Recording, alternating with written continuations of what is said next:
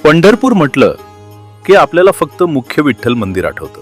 पण तुम्हाला माहित आहे का, पंढरपुरात विठ्ठल मंदिरा इतकाच 1000 वर्ष जुना इतिहास इथल्या मठांना आणि फड परंपरेला लाभलाय. चला जाणून घेऊया पंढरपूरच्या मठांचा आणि फडांचा हा रंजक इतिहास.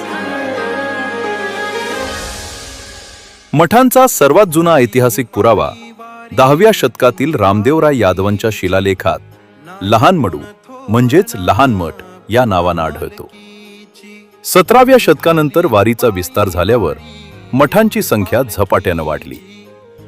मठांचा खरा आत्मा आहे फड परंपरा.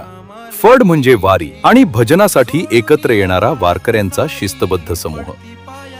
संत तुकारामांच्या अभंगानुसार संत नामदेव महाराजांना आद्य फडकरी मानले जाते.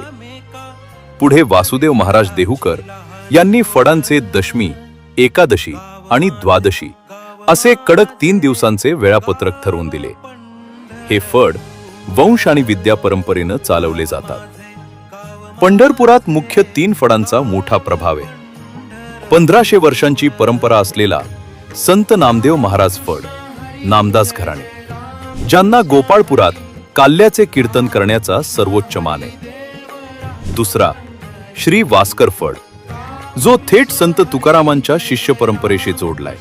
आणि तिसरा देहूकर फड, ज्यांनी फडांना कायदेशीर व पद्धतशीर रूप दिले. आता पाहूया पंढरपूरचे मुख्य पारंपरिक मठ. चंद्रभागा घाटाजवळचा संत कैकाडी महाराज मठ हा एखाद्या जिवंत संग्रहालयासारखा आहे, जिथे रामायण महाभारतातील प्रसंग मूर्तींच्या रूपात साकारले आहेत. श्री संत गजानन महाराज संस्थान शेगाव मठ तब्बल 8.5 एकरात पसरला असून याचे धोलपुरी दगडातील महाद्वार 72 फूट उंच आहे.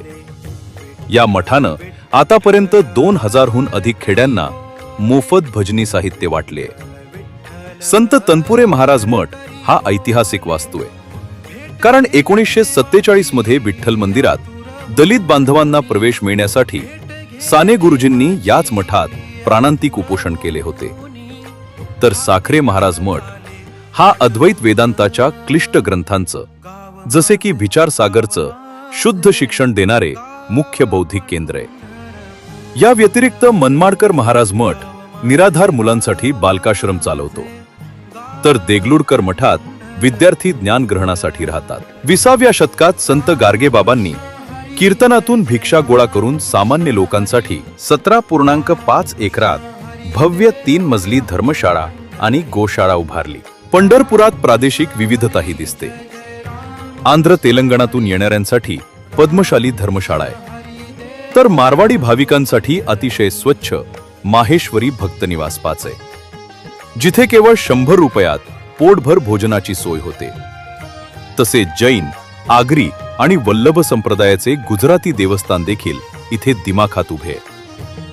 थोडक्यात सांगायचे तर पंढरपूरचे हे मठ आणि धर्मशाळा समाजात समता, बंधुभाव, शिक्षण आणि निस्सीम सेवेची मूल्ये रुजवणारी पवित्र केंद्र आहेत. विठ्ठल भक्तीचा संदेश खेड्यापाड्यांपर्यंत जिवंत ठेवण्यात या संस्थांचा वाटा अमूल्य आहे.